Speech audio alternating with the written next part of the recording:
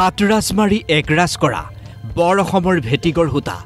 স্বৰ্গদেউ চাওলুং চুকাফাক স্মৰণ অসম দিৱসত আহোম স্বৰ্গদেউ চুকাফাক স্মৰণ কৰিলে ৰাজ্যবাসীয়ে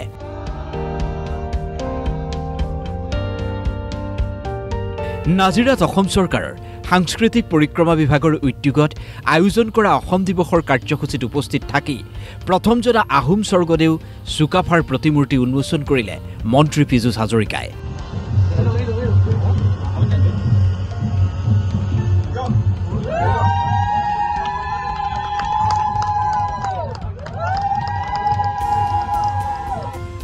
টাই আহোম উন্নয়ন পৰিষদৰ উদ্যোগত আৰু আটাচু নাজিৰা মহকুমা সমিতিৰ সহযোগত আয়োজন কৰা অসম দিৱসৰ কাৰ্যসূচীত বৈদেশিক পৰিক্ৰমা মন্ত্ৰী পবিত্ৰ মাৰ্ঘেৰিটা সাংস্কৃতিক মন্ত্ৰী বিমল বৰা উপস্থিত থাকে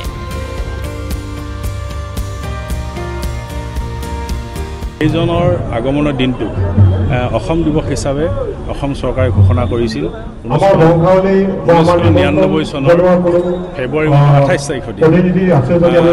আগতে চুকাফা দিৱস আছিল সেই চুকাফা দিৱসটো এজন ব্যক্তি হিচাপে পতা হৈছিল কিন্তু পৰৱৰ্তী সময়ত যেতিয়া অসম দিৱস হ'ল সেই দিনটোতে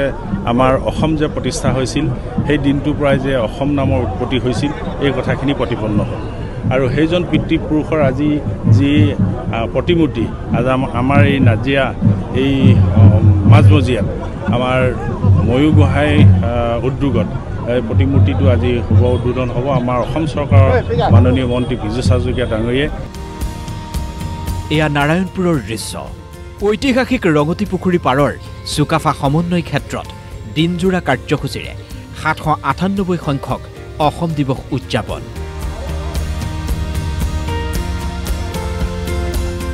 বিশ্ব ঐতিহ্য ক্ষেত্ৰ চৰাইদেউ মৈদামত আটাচুৰ উদ্যোগত চুকাফা মৈদামত উদযাপন কৰা হয় অসম দিৱস অথবা চুকাফা দিৱস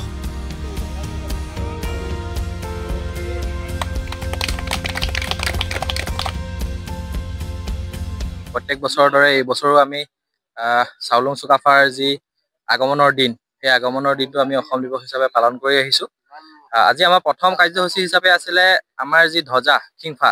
এই সিংফাখন আমি স্থাপন কৰিলোঁ চাওলুং চুকাফাৰ যি সমাধি ক্ষেত্ৰ আছে সেই সমাধি ক্ষেত্ৰত গৈ আমি সকলোৱে বন্তি প্ৰজ্বলন কৰিলোঁ সোণাৰীত অসম জাতীয়তাবাদী যুৱ ছাত্ৰ পৰিষদৰ উদ্যোগত বৰ্ণাঢ্য কাৰ্যসূচীৰে অসম দিৱস উদযাপন কৰা হ'ল এইদৰে চাহ বাগিচাসমূহে দখল কৰি ৰখা চৰকাৰী মাটিত চুকাফা বিশ্ববিদ্যালয় স্থাপনৰ আহ্বান জনালে অসম জাতীয়তাবাদী যুৱ ছাত্ৰ পৰিষদে আজি অসম দিৱসৰ লগত সংগতি ৰাখি আমি বিভিন্ন কাৰ্যসূচী ইয়াতে লৈছোঁ বাৰে ৰহণীয়া সাংস্কৃতিক সমাৰোহ আছে এখন ইউনিভাৰ্চিটি সকলোকে আমাক দৰকাৰ গতিকে আমাৰ এই দাঁতি কাষৰীয়া যিবিলাক চাহ বাগিচা আছে সেই চাহ বাগিচাবিলাকে হাজাৰ হাজাৰ বিঘা শ বিঘা চৰকাৰী মাটি দখল কৰি ৰাখিছে গোলাঘাটৰ খুমটাৰ চুকাফা সমন্বয় ক্ষেত্ৰতো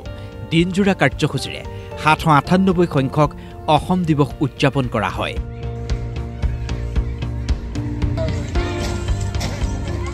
বৰ অসমৰ ভেটিগড় হোৱা বীৰ পুৰুষজনৰ প্ৰতি শ্ৰদ্ধাঞ্জলি জ্ঞাপন কৰে সকলোৱে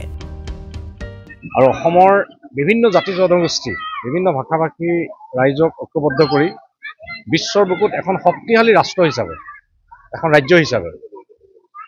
অসমখনক আজি বিশ্বৰ বুকুত জিলিকাই যোৱাৰ তেখেতৰ যিটো প্ৰয়াস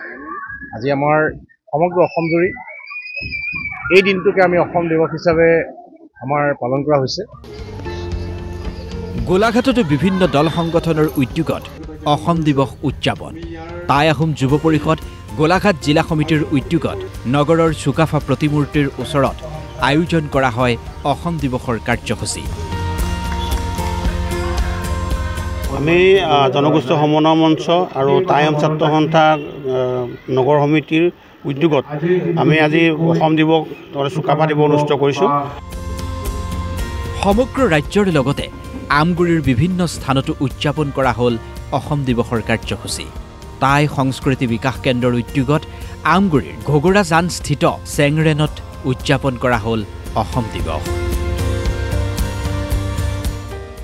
1228 চনৰ 16 আঘোণ আপোনাৰ আহোম লাকনিমতে 1 দেউনচিং দিনাৰ আপোনাৰ আজি 2 ডিচেম্বৰ তাৰিখে আচলতে চাউলুং চুকাফাদেৱে হোমাৰ পীঠত ভৰি দিছিলে আপোনাৰ সুদূৰ চীনদেশৰ মুংমাওলুঙৰ পৰা আহি এই হোমাৰ পীঠত ভৰি দিছিলে আৰু আজিৰ দিনটো পায় আচলতে গোটেই যি সমগ্ৰ অসমীয়া জাতি আৰু অসম আচলতে গোটেই এখন বৃহৎ এখন অসম দেশ গঢ়াৰ যি প্ৰক্ৰিয়া আজি দিনৰ পৰা আৰম্ভ হৈছিলে। Bureau report DY 365।